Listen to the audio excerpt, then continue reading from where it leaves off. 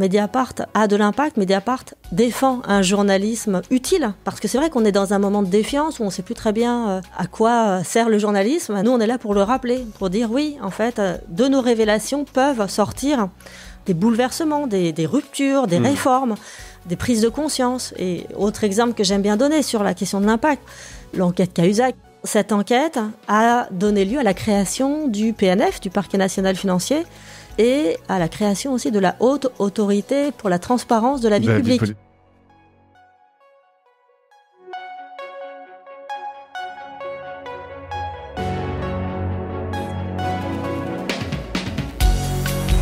Bienvenue dans Mediarama, le podcast du futur des médias.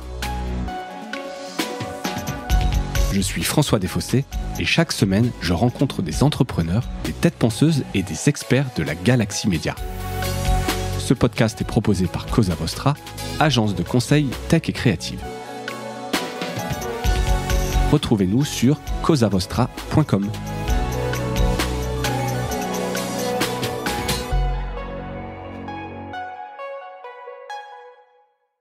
Bonjour à toutes et à tous et bienvenue dans ce nouvel épisode de Mediarama.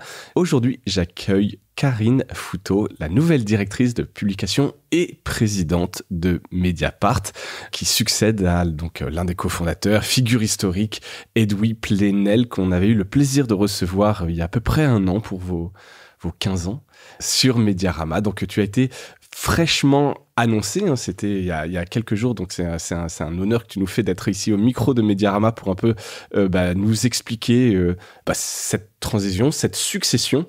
Bonjour et donc merci d'avoir accepté l'invitation. Bonjour. Ton parcours en quelques mots pour ceux qui ne te connaîtraient pas. Alors tu es chez Mediapart a priori depuis déjà quelques années, puisque tu y étais au lancement. Tu es journaliste de formation et tu as quitté Les Échos en 2008, donc au lancement pour Mediapart, qui coïncidait a priori au moment du rachat des Échos par le groupe LVMH, Bernard Arnault. Pourquoi à l'époque ce choix, changement de cap, on passe de premier média économique à lancement d'un pure player, personne ne connaissait évidemment à ce moment-là, c'est un gros changement. Tu peux nous en dire quelques mots ? J'ai quitté Les Échos, effectivement, au moment de son rachat par LVMH, donc le milliardaire Bernard Arnault.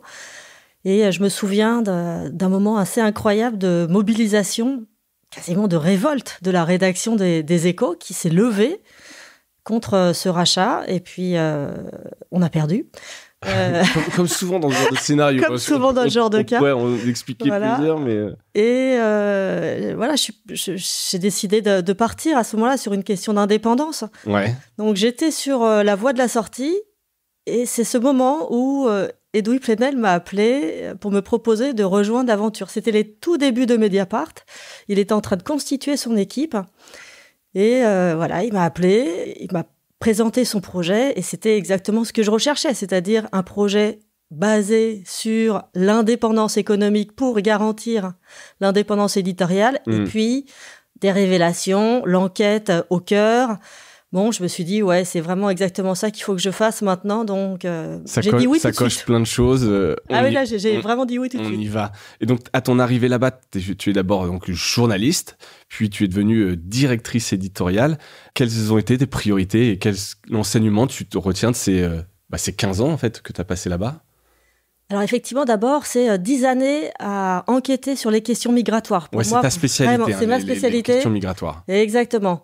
Même pendant un certain temps, je pensais que je pourrais rien faire d'autre. À tel point, ça me passionnait. J'avais l'impression de comprendre tout le monde, les questions géopolitiques, démographiques, environnementales par ce prisme.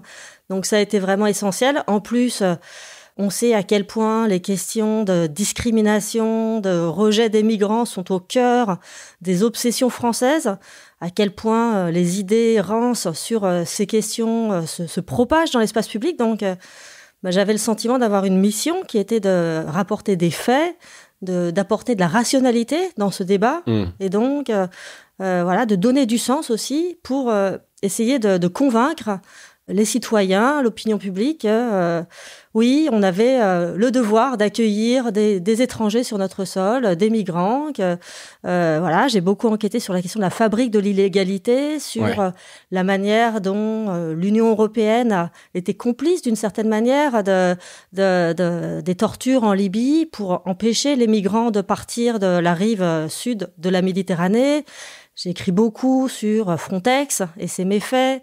Voilà, donc tout un tas d'enquêtes qui m'ont placé au cœur. Depuis le début, à Mediapart, ces questions-là, au fond, ce sont des questions d'égalité des droits. Et elles sont au cœur de notre ADN. Donc j'ai été très heureuse de suivre ces questions. Et effectivement, directrice éditoriale, après...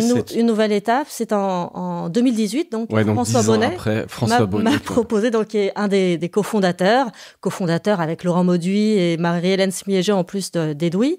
Et donc, François m'a proposé, ainsi qu'à Stéphane Aliès, on était en co-direction éditoriale, de prendre sa suite. Donc, voilà, c'était déjà une première relève, d'une certaine manière.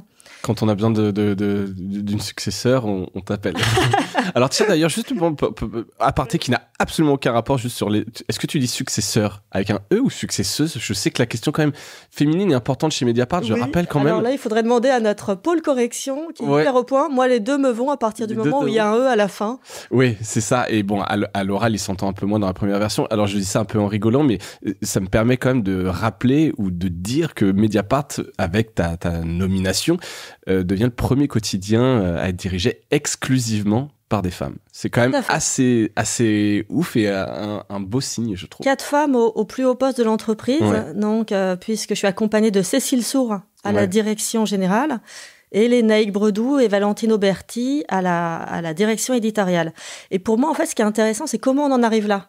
On en arrive là parce que c'est pas le fruit du hasard. C'est le résultat d'un processus de politique qu'on a mise en place à Mediapart depuis très longtemps pour assurer l'égalité réelle entre les hommes et les femmes. Donc ça passe par des préoccupations en termes de politique salariale, de progression de salaire, de progression de carrière, de formation, de recrutement aussi, avoir ça en tête.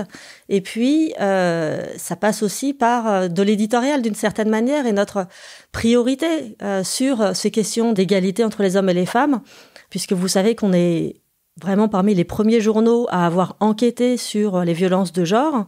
Je pense à l'enquête concernant Denis Baupin, élu écologiste, qui était à ce moment-là vice-président de l'Assemblée nationale et sur lequel Lénaïque Bredou a enquêté. Et c'est 1 an et demi avant MeToo. Et donc pour moi, ça c'est une grande fierté parce que je sens à ce moment-là que le journal est en écho avec les prémices, les bouillonnements d'un bouleversement quasi anthropologique à venir dans la société. Donc, pour moi, c'est un signe très important de Mediapart et le journal de la société. Et puis, Lénaïque aussi a été la première gender editor, la première responsable aux questions de genre en France. Aux États-Unis, je crois que c'est au New York Times, il y avait déjà ce type de poste, mais en France, c'est une première. Il n'y en a pas, oui, c'est ça, vous êtes le seul, vous avez un gender editor. Alors, je ne sais pas si on le dit en français ou vous gardez ça. Responsable aux questions de genre. En fait, c'est comme ça qu'on le présente à Mediapart. Et en fait, pour moi, c'est le fruit de tout ça, de tous ces ingrédients, qui fait qu'aujourd'hui, on est en capacité d'afficher 4 femmes au plus haut poste de Mediapart. Bon, ça c'est chouette. Voilà, c'était le petit aparté, mais je trouvais ça intéressant et un signe assez fort qui méritait d'être précisé, détaillé. C'est fait, pardon, je te laisse reprendre un petit peu. Donc, tu succèdes à François Bonnet en 2018, qui lui part, voilà, gérer le FPL, le Fonds pour la presse libre. Tout à fait. Dont on pourra peut-être reparler. La création du FPL, c'est en 2019, mais effectivement, donc il nous cède la main donc à Stéphane Aliès et à moi. Et 5 années hyper instructives. Donc moi, à titre personnel, j'élargis mes horizons, c'est-à-dire que je passe vraiment des questions d'une rubrique, d'une certaine manière, des questions migratoires au champ général de l'entreprise. Alors, en tant que responsable vraiment là des journalistes, et ces 5 années d'énorme apprentissage pour moi, où j'apprends à comprendre, à connaître les besoins, les ressorts d'une équipe. Le management, quoi. voilà, aider une équipe d'une certaine manière. C'est vrai qu'à Mediapart, on a un peu de mal avec cette notion de management, mais c'est évidemment ce que ça veut recouvre. Dire, hein, bien sûr. Voilà, en tout cas, prendre soin d'une équipe. Et puis, justement, ça fait partie de notre première priorité avec Stéphane, nous assurer qu'on mettait en place les meilleures conditions de travail possibles dans cette rédac pour que tout le monde soit bien, tout le monde soit heureux de venir au travail, parce que c'est vrai qu'on a une équipe incroyable, on a des conditions de travail qui, a priori, sont très bonnes. Donc, comment on s'assure que chacun vienne le cœur léger, heureux d'accomplir sa mission d'intérêt public au journal tous les jours, parce que c'est quand même ça, hein, on a une forte responsabilité à Mediapart. On a le temps d'enquêter, ça nous distingue, je crois, de pas mal de journaux. Vous le mesurez, ça, ou alors je sais, alors la durée des enquêtes? Non, pas la durée des enquêtes, mais là je t'emmène peut-être justement parce que tu disais, ouais, voilà, on n'aime pas trop le terme management, mais est-ce que ces bonnes conditions de travail, vous le mesurez, vous avez des indicateurs, ou c'est juste par des discussions avec les équipes, vous voyez que tout le monde va bien, ou est-ce que vraiment vous avez une méthode, un cadre qui vous permet un peu de dire on est bien, on n'est pas bien, il y a des indicateurs qui ne vont pas?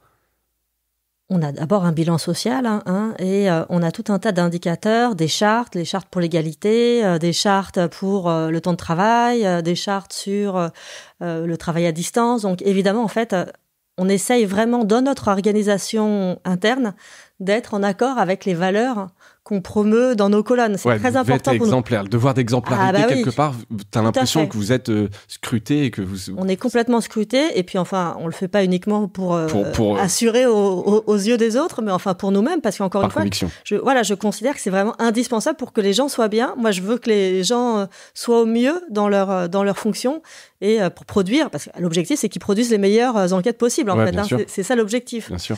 Et donc, oui, on a à la fois un devoir d'exemplarité et aussi de transparence. C'est pour ça qu'on publie nos comptes, nos chiffres et l'état de notre bilan social chaque année lors de notre conférence de presse qui a eu lieu là le 14 mars, voilà, au moment de notre anniversaire.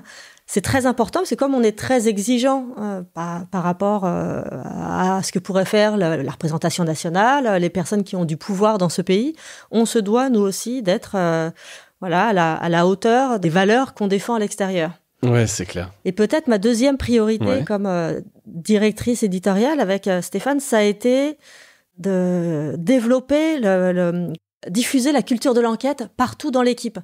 Nous assurer que chaque journaliste ait vraiment cette méthode de comment on enquête, comment on cherche de l'info, comment on attrape des sources, comment on s'assure que nos infos sont à la fois vérifiées, recoupées, documentées avec des traces, des SMS, tout un tas de documents qui fait ce faisceau d'éléments qui nous permet d'appuyer sur le bouton et puis voilà, de chercher la vérité des faits. Hein, c'est vraiment ça qui nous occupe. Et donc, on a ouvert aussi des champs d'investigation sur les violences policières, sur la santé. C'est le moment du Covid. Donc, on a révélé plein de choses sur les masques. Donc, violences policières, santé, violences de genre. Hein, c'est ce moment où on parlait tout à l'heure, qui a vraiment nous a fait exploser en termes d'enquête sur ces questions. Et toujours, évidemment, au cœur, la corruption politico-financière, c'est au cœur de notre ADN, bien sûr, à Mediapart. Ouais, et ça, on y reviendra peut-être dans quelques instants. Juste la dernière question, un peu sur ton parcours, puisque après, l'étape suivante, c'est celle qui est en train de se passer en ce moment, là, depuis quelques jours. Tu succèdes donc à une figure quasi emblématique, selon qu'on le voit, Edoui. Est-ce que c'est pas difficile? Est-ce que tu as le sentiment que c'est une charge, c'est une contrainte, un fardeau peut-être de succéder à Edoui? Qu'on l'aime ou qu'on l'aime pas, il incarne aux yeux du grand public Mediapart. Je sais pas si les gens savent forcément ce qu'il y a derrière Mediapart, mais en tout cas, lui et sa moustache, on les connaît. Edoui, c'est un immense journaliste. Il a sorti un nombre de scoops invraisemblable. Il est effectivement devenu une sorte de figure de la culture populaire. Il a aussi été un patron de presse extraordinaire, parce qu'il a mené Mediapart avec les cofondateurs là où ce journal est aujourd'hui, c'est-à-dire 220 000 abonnés, un journal qui est rentable depuis 13 ans, un journal qui se place aujourd'hui au 3e rang des journaux quotidiens d'information générale, voilà, en nombre d'abonnés payants. Donc, pour nous, vraiment, c'est une grande réussite. Et donc, pour lui, c'est vraiment à mettre à son crédit, ainsi qu'au crédit de tous les cofondateurs. Donc oui, bien sûr, ça a quelque chose d'impressionnant, mais la transition, la transmission a été préparée de longue date. Donc, j'aborde ce moment avec détermination, combativité et puis un peu de modestie aussi, ça ne nuit pas. La transmission, en fait, ça s'est fait vraiment étape par étape. Il m'a proposé il y a 2 ans en fait de lui succéder. J'ai réfléchi d'abord, j'ai pas dit oui tout de suite, à la différence du moment où il m'a embauché en 2008. Où t'as dit bon coup tout de suite. Ouais. Là, j'ai quand même réfléchi aux enjeux, aux défis, parce que je vois bien que les enjeux et les défis sont immenses. Et puis la responsabilité est très forte.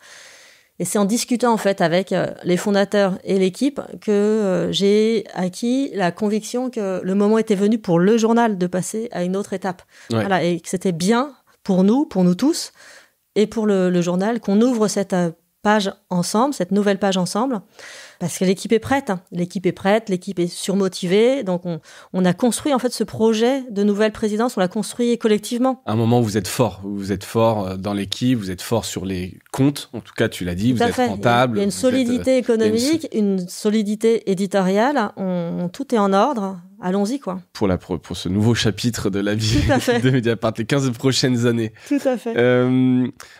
D'un point de vue un peu édito, donc ces dernières années, tu l'as rappelé, vous avez fait du traitement des violences policières, mais aussi des violences de genre et féminicide, un des piliers du succès éditorial et votre réputation d'enquête.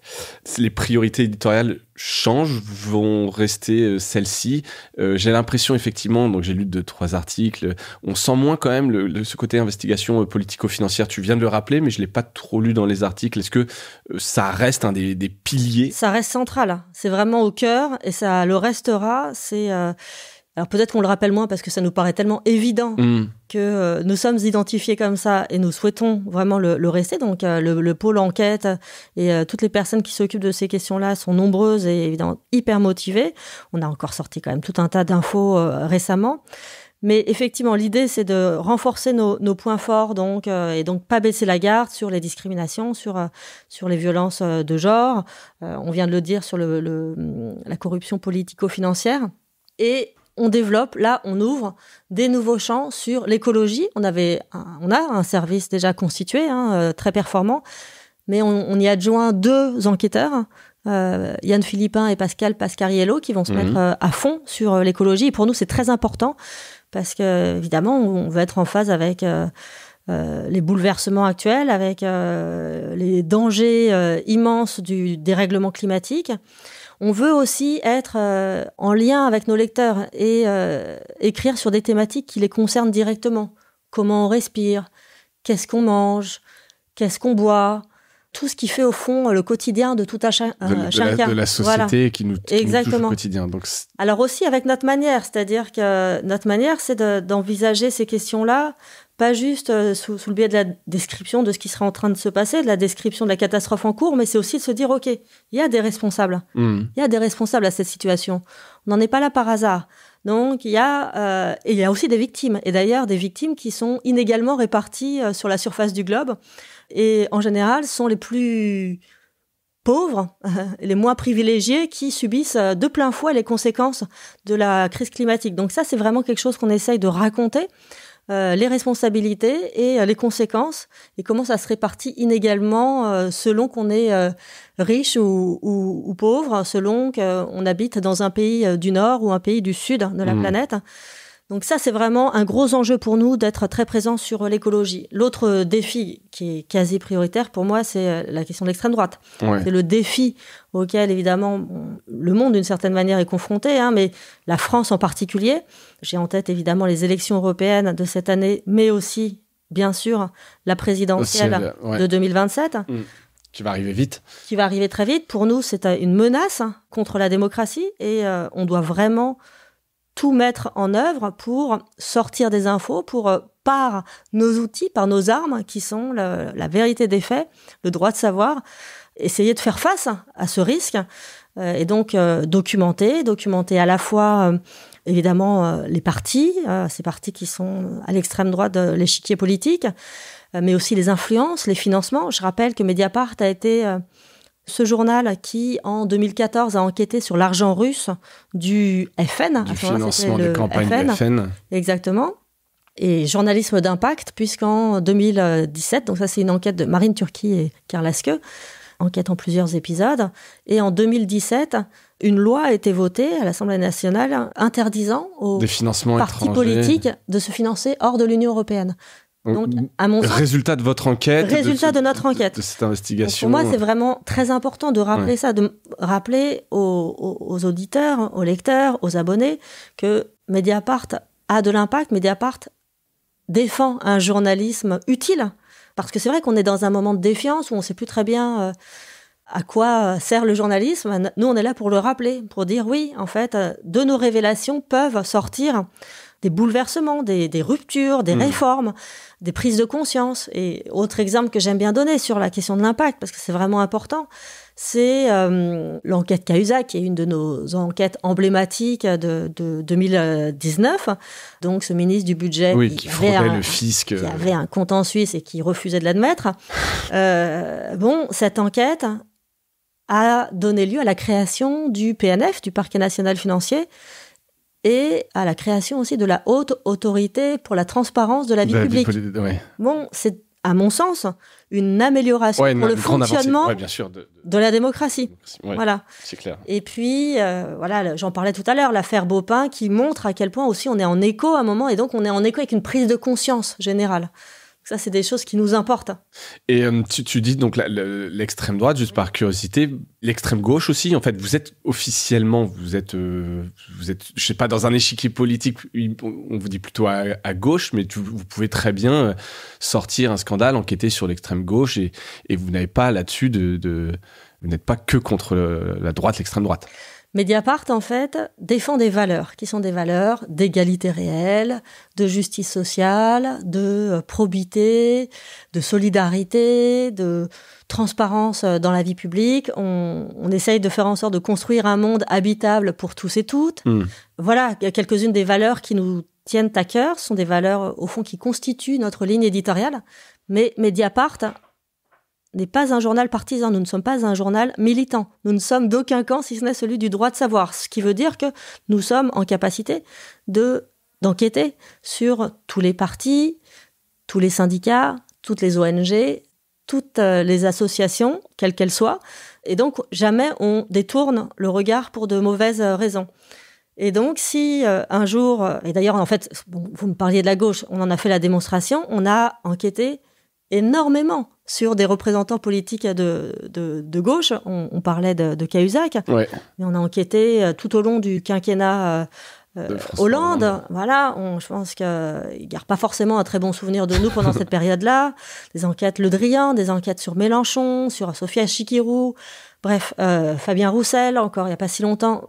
Franchement, en fait, l'ensemble du spectre politique, s'il y a quelque chose, en fait, voilà. Que vous enquêtez, etc., vous sortez, quoi. Exactement. Ouais. C'est juste que de base, l'extrême droite, ne serait-ce que sur le programme, vous n'êtes pas d'accord fondamentalement par rapport à une question. Pour nous, l'extrême droite est une menace pour la démocratie. Voilà. Et donc, de base, par le programme. Tout à fait. Et il y a quelque chose qui nous distingue, je pense, d'autres journaux. Alors, pas de tous, hein, on n'est pas forcément les seuls.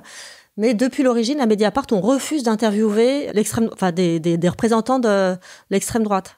Donc jamais, dans nos colonnes, nous n'avons interviewé Marine Le Pen, et jamais ça n'aura lieu. D'accord. Ou Éric Zemmour, ou aucune place, on leur donne aucune place, aucune chance. On enquête. Et ce qui nous intéresse, en revanche, c'est les électeurs du RN. Pourquoi ils en sont là? On entend cette rage, on essaye de la comprendre. On va les interviewer pour comprendre d'où vient cette colère. Et on enquête sur les influences du RN, le financement, on en a parlé tout à l'heure, mais on n'interviewe pas Marine Le Pen, ni les représentants de l'extrême droite. Ouais, et c'est très bien. On l'a dit rapidement, tu l'as dit, donc crise climatique, sujet crucial, hein, l'écologie, c'est quelque chose que vous allez mettre. On passe notamment par les plus jeunes, donc j'ai un peu deux questions. On va s'arrêter une seconde sur les plus jeunes.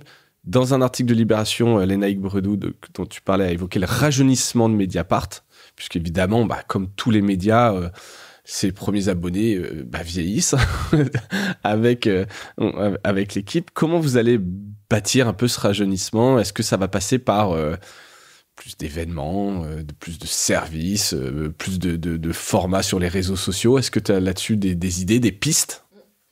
Effectivement, notre ambition, c'est de faire un grand journal populaire qui dérange et rassemble par la force et la qualité de ses informations. Et donc, le public qu'on vise, c'est un public plus populaire, mais aussi plus jeune. Et populaire dans quel sens ? Alors, populaire dans le sens, quels que soient vos revenus, quelles que soient vos origines, vous êtes les bienvenus à Mediapart. On est là pour vous, on est là pour vous parler, on est là pour vous transmettre nos informations. On veut que tout le monde se sente accueilli, à l'aise, sur notre site, sur l'app, sur l'application, sur les réseaux sociaux. On veut que tout le monde se sente bien. Donc ça, par exemple, c'est passé, cette question de notre accessibilité, elle est passée, donc c'est comment on s'adresse au plus grand nombre. C'est pas évident. Non, trouver les bons points de contact. Exactement. Et c'est aussi une manière d'écrire et de raconter l'information. Et donc, de nous assurer que nos enquêtes, nos informations sont lisibles, compréhensibles par tous et toutes. C'est vrai qu'on a pu nous reprocher parfois des enquêtes très longues. C'est vrai que parfois elles sont très détaillées, très fouillées parce que on met en cause certaines personnes. C'est nécessaire. Oui, bien sûr. Mais en fait, là, depuis peu, on a créé un pôle d'édition. Donc un pôle d'édition à part entière. Jusqu'à présent, on n'en avait pas. Toutes les fonctions d'édition, en fait, étaient réparties dans l'équipe. Aujourd'hui, on a créé ce central d'édition, donc qui rassemble tous les métiers, donc éditeurs, éditrices, correcteurs, correctrices. On a aussi des front page editors, donc c'est personnes qui vont mettre en ligne des papiers. Animer un peu les papiers, l'ordre. Animer la home, s'assurer qu'on a la bonne priorité de l'information, la bonne hiérarchie de l'information. Et puis, tous les métiers de l'image, puisqu'on a Sébastien Calvet qui s'occupe de la photo, de la place de l'image à Mediapart. Et on a toute une équipe donc, qui s'occupe de l'image et de l'infographie. Donc ça, c'est tout un travail dont l'objectif est de dire on souhaite que n'importe quel lecteur qui arrive sur Mediapart puisse lire nos articles de A à Z. Et donc, on travaille la titraille pour évidemment laisser en accord avec ce qu'on a à dire dans l'article, mais peut-être la rendre plus accrocheuse, travailler sur la narration, ça se travaille tout ça. Voilà. Et donc, c'est d'aider les journalistes à mieux faire leur travail et puis à mieux diffuser l'information.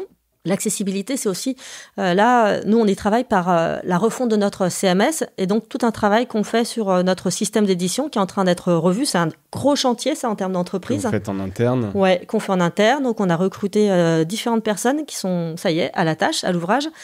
Et d'ici peu, on devrait avoir des résultats sur notre nouveau système d'édition. Donc ça, c'est pareil. L'idée, c'est de fluidifier, faciliter le travail des éditeurs et des journalistes.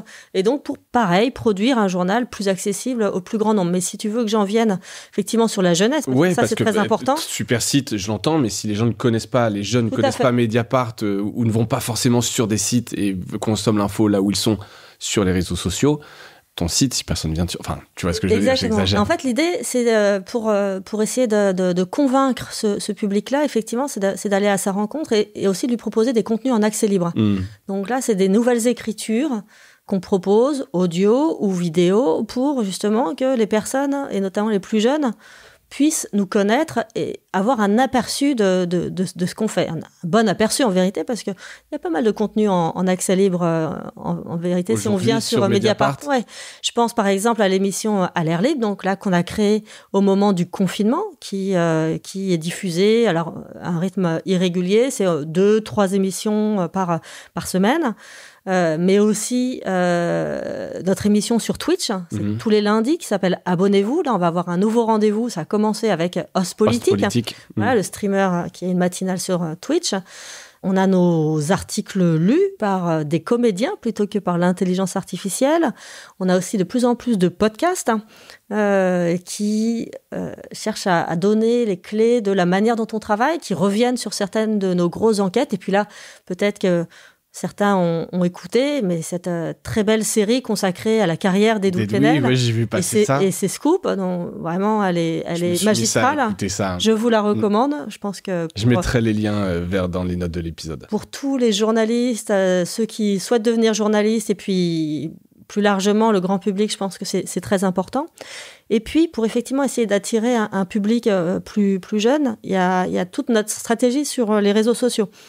Donc, c'est d'aller à la rencontre des publics là où ils sont en fonction de leurs usages. On est très présent sur Twitter, de plus en plus sur Insta, avec des formats verticaux. On a recruté Vincent Morel qui s'occupe notamment de ça. Facebook, je crois, fonctionne un peu moins bien ces derniers temps. Enfin, c'est une tendance générale qui ne concerne pas que Mediapart. Voilà, oui, pareil, effectivement. Et donc, la question qu'on se pose aujourd'hui, c'est est-ce qu'il faut aller sur WhatsApp, sur TikTok? Donc, c'est une question qu'on se pose. En même temps, c'est vrai que là, on vient de faire notre festival au 104. On voit la diversité du public, la jeunesse du public, et on se demande, en fait, si pour atteindre ce public, c'est nécessaire d'aller sur TikTok ou si des bonnes informations et des événements publics de ce type ne suffisent pas. Bref, l'un peut-être n'empêche pas l'autre. Ouais, bien sûr. Donc, on y réfléchit. De toute façon, c'est sûr que si on se développe sur ce type de plateforme, on le fera en fonction sans jamais revoir à la baisse nos standards d'information. Il faut qu'on discute là-dessus. Il y a aussi, pour toujours aller à la rencontre un partenariat qu'on va annoncer bientôt avec des médias, un média qui s'adresse particulièrement aux jeunes. On est présent sur le Pass Média, on a déjà 4000 abonnés sur le Pass Média, le Pass Culture. Le Pass Culture. Et puis on a des abonnements groupés aussi, c'est ce qu'on appelle le B2B. Là, comme je m'adresse à un public de personnes qui connaissent, donc le B2B, c'est les abonnements groupés, et on développe particulièrement en ce moment nos abonnements avec les médiathèques, les bibliothèques, les lycées, CDI. Tout à fait, les CDI via les lycées et puis les universités. Donc ça, c'est pour nous un moyen, encore une fois, de nous faire connaître et de donner envie, en fait, à un public étudiant de s'abonner. C'était la semaine de la presse, là, par exemple, cette semaine, au moment où on enregistre. Alors, désolé si vous écoutez cet épisode un petit peu plus tard, mais c'est que vous faites des choses avec des écoles, des initiatives, Oui, depuis longtemps, en fait, on fait venir, j'allais dire tous les jours, non, c'est excessif, mais très souvent, à Mediapart, on accueille des jeunes de tous horizons qui viennent à la conf de rédaction et ensuite avec lesquels on discute. C'est toujours très enrichissant. On est toujours très content de les recevoir. C'est important pour nous. Et puis, on parlait d'accessibilité de public jeune. Permettez-moi de parler de notre tarif à 5 €, parce que bien sûr, abonnez-vous. Tarif à 5 €, c'est un tarif qui est important. C'est un tarif pour qui, ça, le 5 €? C'est un tarif qui s'adresse aux étudiants et aux personnes à faible revenu. Évidemment, on ne demande pas de justificatif. Et c'est un tarif qui est inchangé depuis le début de Mediapart. C'est-à-dire que 5 € par mois, si on n'a pas les moyens. Exactement. On a notre tarif dit normal qui est passé de 9 à 11, puis à 12, en raison de l'inflation et puis de tous les développements qu'on a eu à mettre en place à Mediapart. Mais ce tarif, on a décidé collectivement qu'on devait le garder à ce prix-là, à ce niveau-là. Statutaire, on voulait sanctuariser ce 5 €. Exactement. Pour nous, c'est important que justement l'argent ne soit pas un frein. Ouais. Et 5 €, c'est le prix de 2 cafés par mois, donc a priori, même avec en ressources limitées, on doit pouvoir se le permettre. C'est moins cher qu'un service de streaming. Il faut le rappeler. Juste dernière question, autour des jeunes, puisque c'est un sujet important, et tu l'as dit tout à l'heure, crise climatique, environnement. Il y a quand même pas mal de choses déjà sur ces sujets. Tu as dû voir ton ancienne maison, Les Échos, qui a annoncé la création de 2050 NAO avec Vincent Giré, Aude Baron, qu'on salue. Le Monde a lancé, il y a quelques années, Chaleur humaine. Qu'est-ce que vous allez faire de différent sur le sujet ? Comment vous allez le traiter ? On en a un petit peu parlé tout à l'heure. En fait, en proposant à 2 enquêteurs de se mettre à fond sur ces questions-là, donc j'en parlais tout à l'heure, Yann Philippin et Pascal Pascariello. L'idée, c'est vraiment de, en fait, faire la différence par nos informations, par l'enquête, par les révélations. Votre méthodologie appliquée à cette thématique. Et on pense qu'on va faire la différence de cette manière. Et ce que je vous disais tout à l'heure, c'est-à-dire aussi notre regard sur ces questions. C'est-à-dire pas être juste dans la description de la catastrophe, mais raconter les responsabilités et raconter les victimes de ce dérèglement climatique, et raconter effectivement qu'en fonction de vos revenus et de là où vous habitez, vous n'avez pas forcément les mêmes chances de subir le même impact. Voilà, exactement, la catastrophe. Et puis peut-être là-dessus, parce que Mediapart, en accord en interne avec les valeurs qu'on défend à l'extérieur, on vient de faire un bilan carbone de notre entreprise. Voilà, donc Il est très bon par rapport, alors notamment évidemment par rapport à la presse papier, puisqu'on sait que les postes les plus terribles en termes de consommation carbone sont le papier, l'impression, et puis donc déjà la base, diffusion. Vous êtes pas mal on est très bien. Mais il y a des questions hyper intéressantes qui se posent sur la question des déplacements, et notamment des déplacements des journalistes. Donc évidemment, on ne va pas renoncer à enquêter et à faire des reportages, mais la question, c'est comment on prend davantage le train, y compris pour des déplacements un petit peu éloignés. Et puis la question de la manière dont on se nourrit, et notamment les pots, et bien sûr toutes les questions qui tournent autour de nos serveurs. Et donc là, il y a pas mal de réflexions. Donc aujourd'hui, on a fait le bilan, il est bon. Mais vous voyez, vous voulez vous améliorer. Et on veut s'améliorer, et maintenant, ça va être le temps de nos propositions en interne pour nous améliorer. D'accord. Bon, écoute, on suivra l'évolution un peu de ce bilan. Donc, vous l'avez communiqué comme votre bilan social, le bilan carbone, à l'occasion de votre grande conférence de mars. Alors, pas lors de la conférence, mais sur un billet de blog de l'équipe qui s'occupe de ce bilan carbone. Ouais. Bon, écoute, c'est intéressant. Le comité écologie. C'est un vrai sujet quand même. Voilà, l'impact, tu l'as dit, des serveurs, des sites, etc. C'est quelque chose qu'on nous demande aussi beaucoup, nous, sur l'agence maintenant, en éco-conception, la manière de concevoir le site, pas forcément de faire de chargement de vidéos, mettre plutôt des vignettes photos, etc. C'est assez intéressant. Je sais pas si ça a toujours entre le greenwashing et le vrai impact, tu vois, mais bon... Mais en tout cas, c'est important que chacun s'y mette, en fait. Voilà. Parce qu'il y a un énorme enjeu. Petit geste. C'est, petit geste et grand geste, d'une certaine manière. Parce que si tout le monde s'y met, effectivement, ça aura de l'impact, c'est sûr. Ouais. Je voulais parler un peu de relations abonnés. Donc, vous avez, on l'a dit, une santé presque insolente. Je mettais pour un titre de presse indépendant. Vous êtes à quasiment 220 000 abonnés. Vous êtes rentable depuis 13 ans. Pas de dette aussi, je lisais, pour la première année, je crois, ce qui peut vous permettre de constituer un petit trésor de guerre. C'est quoi les axes de développement pour les abonnés? Qu'est-ce que vous avez en place là-dessus? Alors effectivement, je reviens juste 3 secondes sur les bons résultats parce que on peut s'en féliciter. C'est quand même suffisamment rare dans la presse pour le souligner. Chiffre d'affaires à 22,5 millions d'euros en 2023, une rentabilité qui s'établit là à 2,2%, la rentabilité en 2023 de notre résultat net. Okay. Donc effectivement, on est bénéficiaire. On est bénéficiaire depuis 13 ans maintenant. L'emprunt des fondateurs, en fait, est remboursé désormais. Emprunt lié au moment de la succession, au moment de la création du FPL, du Fonds pour une presse libre, qui vraiment a inscrit dans le marbre notre indépendance. Et donc, notre objectif, maintenant, c'est d'assurer la rentabilité ad vitam de Mediapart. Et donc, pour ça, il faut qu'on mette de l'argent de côté. C'est pour ça que c'est toujours nécessaire que les lecteurs nous soutiennent et s'abonnent, parce que nous devons mettre de l'argent de côté, un peu à la manière du Scott Trust du Guardian, dans notre coffre-fort. Aujourd'hui, l'argent que nous avions, nous l'avons dépensé pour rembourser effectivement racheter aux fondateurs quelque part. Exactement. Et maintenant, on doit mettre de l'argent de côté en cas de coup dur. On a parlé des défis qui nous font face. Ils sont importants, donc on doit vraiment être en mesure d'avoir de l'argent de côté au cas où... en cas de coup dur. Cas de coup dur, exactement. En cas de difficultés économiques, etc. Vous avez un objectif de vous dire, on serait content d'avoir 1 an de chiffre d'affaires, 2 ans? Est-ce que c'est chiffré? Ouais, c'est chiffré, mais c'est encore un peu entre nous, ça, parce que c'est pas complètement fixe. On a des idées. En fait, on va travailler sur des scénarios de worst case, comme on dit. Et en fonction de ça, on pourra effectivement communiquer sur des chiffres. Mais oui, l'idée, c'est qu'on puisse être en capacité de vivre pendant plusieurs mois, au moins, pour nous permettre de rebondir, en fait. C'est ça l'objectif. Et c'est de l'argent qu'on peut sortir facilement de ce compte. Donc, il est disponible. Donc, ça, pour nous, c'est vraiment la priorité. Après, vous me posiez la question de savoir sur les développements pour attirer davantage d'abonnés. Ouais, alors, par exemple, tu vois, si tu regardes un peu ce que fait Le Monde, le New York Times, il y a développement de services, développement de nouvelles verticales, parfois plus lifestyle, etc., qui permet en fait d'avoir un bouquet de services et de contenus et d'augmenter aussi le prix de l'abonnement. Est-ce que vous allez aller vers ce genre de choses?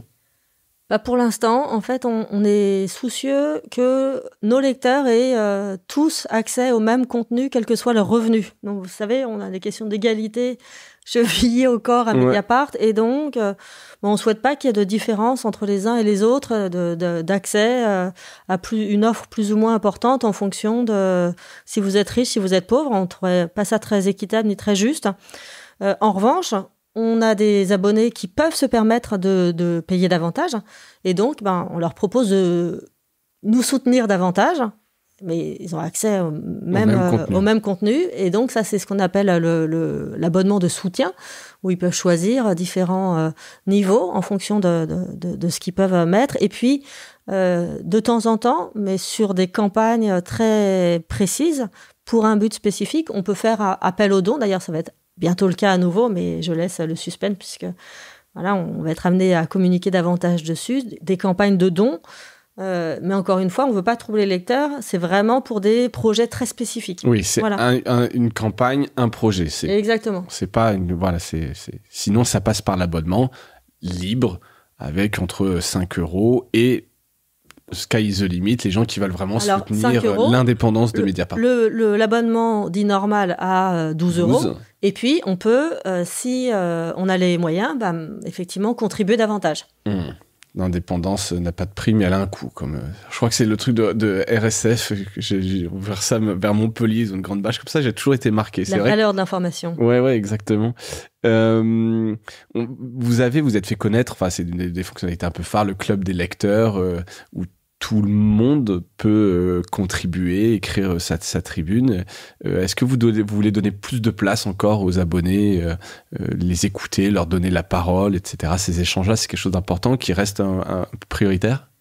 Dans le part de Mediapart, effectivement, c'est le participatif. Et nos lecteurs, alors nos abonnés, peuvent tous ouvrir un blog, peuvent tous commenter, pour peu qu'ils sont abonnés. Et donc, évidemment, pour nous, c'est très important, ce lien avec nos abonnés. Mediapart est un des rares journaux à avoir gardé en interne toutes ces fonctions de valorisation des contenus, de modération qu'il y a à faire sur les commentaires. Tout en interne. On modère tout en interne et c'est très important pour nous parce que vraiment on veut faire en sorte que Mediapart soit un lieu où les lecteurs, les abonnés se sentent à l'aise, y compris à l'aise pour écrire, pour dire ce qu'ils ont à dire, échanger. Ce lien en fait de confiance qu'on a avec les lecteurs, il est essentiel à notre modèle. Parce que il nourrit cette envie de participer à un projet, d'échanger. Et puis, d'une certaine manière, c'est aussi un peu notre mission démocratique de créer des lieux de débat public, de débat où on échange. Et donc, pour nous, évidemment, c'est très important de nous assurer que ce soit un espace safe, respectueux, où tout le monde se sente bien. Vous modérez beaucoup ? Est-ce que tu sais... Vous avez quand même un peu, pardon, mais au-delà des propos haineux, qui contreviennent à la loi, on peut exprimer n'importe quel type d'opinion. Est-ce que vous... Alors, j'imagine que tu vas me dire non, donc la question est un peu compliquée, mais on peut vraiment écrire tout et n'importe quoi. Je veux dire, je suis, par exemple, pour Israël et je trouve, etc. On peut avoir des opinions complètement contradictoires qui vont contre vos valeurs tant qu'elles sont argumentées et qu'elles ne contreviennent pas à la loi. Tout à fait. C'est une très bonne définition. En gros, vraiment, le principe de base, c'est le free speech, c'est la liberté d'expression.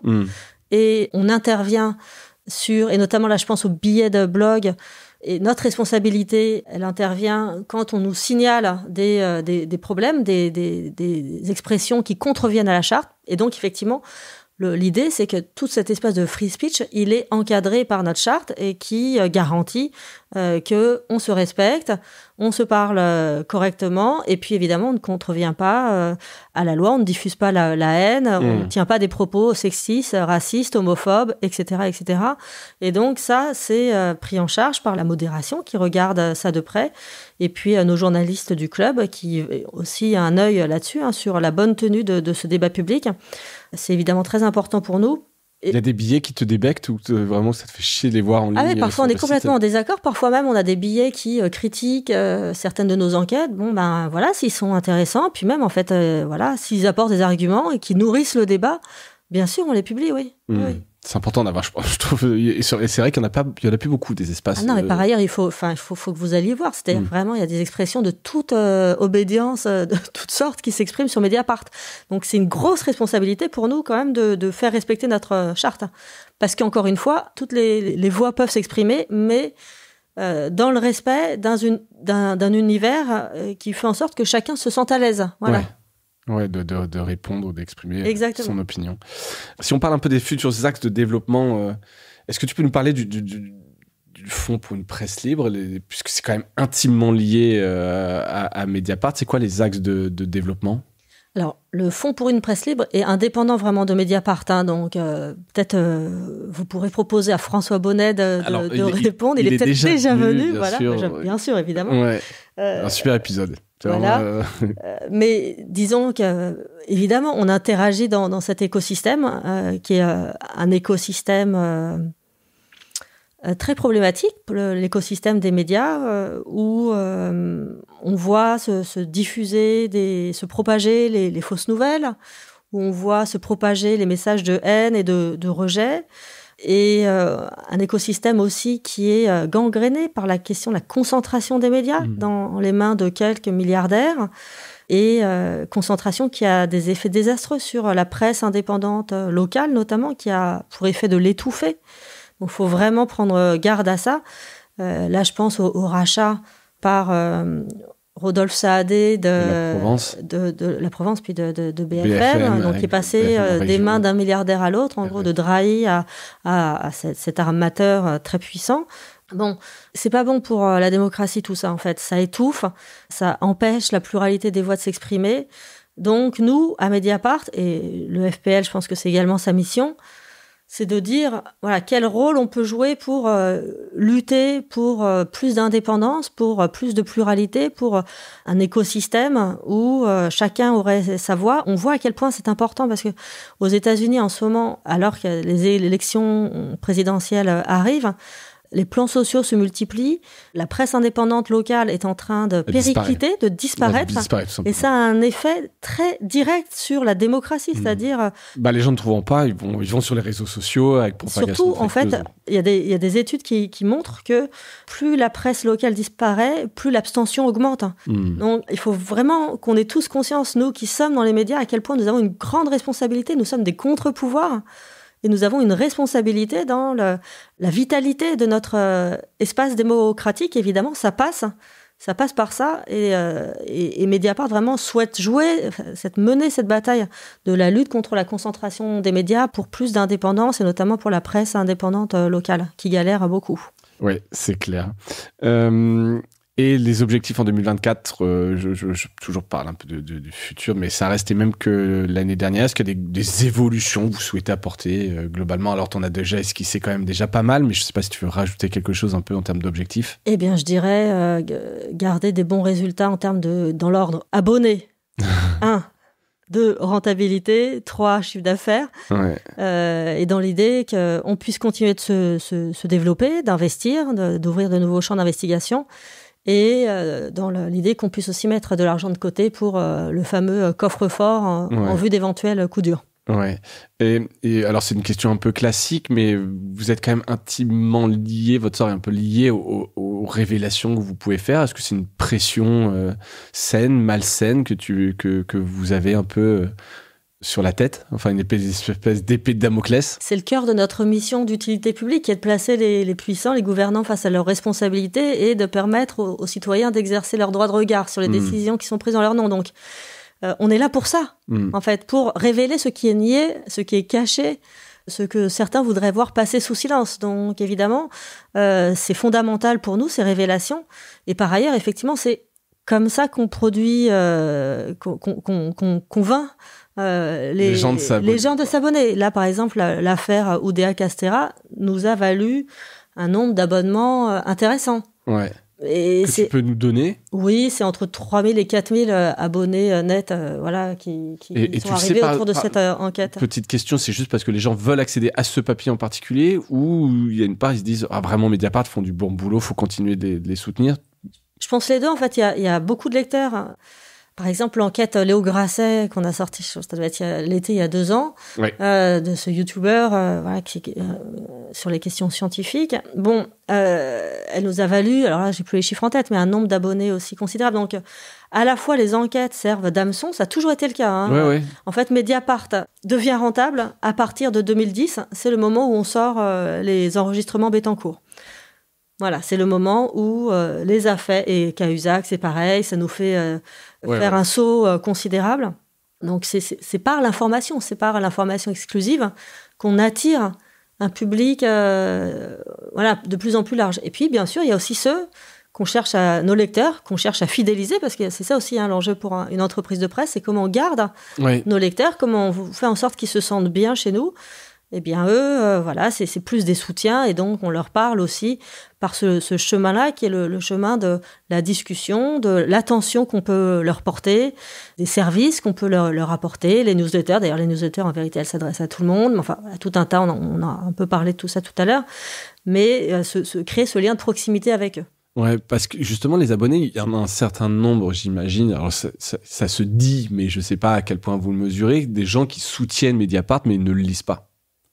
Ne lisent pas parce que en fait ils se sont abonnés pour une affaire, puis en fait ça les intéresse plus derrière, ou ne lisent pas parce qu'en fait ils sont pas forcément d'accord avec vous, n'ont pas le temps, mais ils sont contents de vous soutenir. Tu trouves ça bien, ou est-ce qu'il y a un risque un jour ils se lassent et se réabonnent pas? Comment vous gérez ça? En vérité, c'est pas forcément quelque chose qu'on mesure énormément. Je suis pas sûre que ce soit si important par rapport à d'autres journaux. Et moi, mon objectif, c'est qu'ils nous lisent et qu'ils apprécient ce qu'on publie, évidemment, qu'ils voient le sens, la valeur de la valeur de l'information, puisque on a beaucoup parlé là des révélations, mais Mediapart, c'est aussi donner du sens au monde qui nous entoure. Donc, encore une fois, on vit dans un monde qui est bouleversé, qui est complètement disjoncté, avec des guerres partout à nos frontières, en Ukraine, à Gaza. Et nous, on est là pour donner des clés aux lecteurs, pour les aider à trouver leur place dans la société. C'est cette utilité qui est la nôtre. Et évidemment, on veut que toutes les personnes qui sont abonnées en aient conscience, lisent parce qu'on est utile. Voilà. Et ils vont y trouver leur compte. C'est notre pari. Ok. Et donc, c'est notamment par les newsletters que vous leur parlez, ceux qui ne viennent pas sur le site? Il y a une newsletter abonnée. Alors, je suis abonné, j'avais profité, je le dis, de l'abonnement des 15 ans, etc., qui était une offre, une super offre. Comment vous parlez aux abonnés en dehors du site? Alors, on a parlé des réseaux sociaux tout à l'heure. On a parlé de tous nos accès en accès libre et qui diffusent sur les réseaux sociaux et qui permettent à tout un chacun de nous connaître. Et puis, effectivement, il y a ces newsletters qui sont très importantes. On en a une dizaine, je pense, aujourd'hui, à la fois sur nos thématiques phares, les violences de genre, l'écologie, l'enquête, évidemment. L'enquête politico-financière, la quotidienne aussi, l'hebdo qui rassemble un peu toutes nos meilleures infos de la semaine. On a évidemment, il faut que je parle d'In Extremis, qui est notre newsletter qui concerne l'extrême droite et qui rassemble tous nos contenus sur l'extrême droite. Et effectivement, la newsletter est en accès libre. Donc, ça donne un bon aperçu. Les newsletters dont tu parles sont en accès libre. Oui, donc ça donne vraiment un très bon aperçu de ce qu'on publie dans le journal. Ouais. Parce qu'il y a des éditos.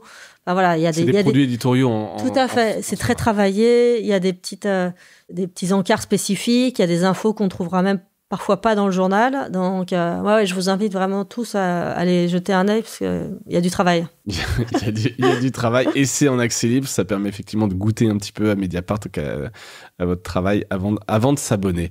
On arrive au bout de cet épisode, Karine. La dernière question, qui est un peu le gimmick du podcast. Est-ce que tu as un truc cool à nous partager ? Eh bien, peut-être une expo à aller voir. Oui, très bien, très bonne. Alors, c'est à Paris, donc je suis désolée pour ceux qui n'habitent pas Paris. La réouverture du musée Picasso qui consacre une salle à Françoise Gillot. Je pense que c'est intéressant. Ça montre un peu l'état d'esprit du monde dans lequel on vit, où voilà, il y a une vraie ouverture et une vraie place à donner aux femmes. Et puis, je suggérerais une lecture ou une relecture des Raisins de la colère de John Steinbeck. Ouais. Voilà, qui me paraît aussi, vu les défis qu'on a affrontés, assez intéressant à relire. Voilà, avec une écriture très sociale. Et d'une manière générale, je pense que quand on est le nez dans l'actualité, quand on est le nez dans un flux d'informations, je pense que c'est toujours important d'aller regarder comment des écrivains, comment des poètes, comment des réalisateurs, des acteurs, des actrices interprètent le monde. Voilà, ça nous permet de décaler le regard, de prendre un petit peu de hauteur, de souffler et effectivement de faire passer d'air un peu dans nos têtes. Je pense que c'est utile. Lever le nez un peu de temps en temps. Merci beaucoup, Karine. Plein de bonnes choses pour ce nouveau rôle et pour ces années à venir à la tête de Mediapart. C'était hyper intéressant. Et merci à toutes et à tous d'avoir écouté cet épisode. Et je vous dis à bientôt. Salut.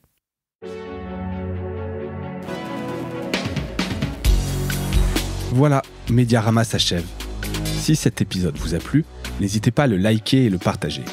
Et puis, si vous souhaitez être accompagné par notre agence Cosa Vostra, contactez-moi par mail mediarama@cosavostra.com.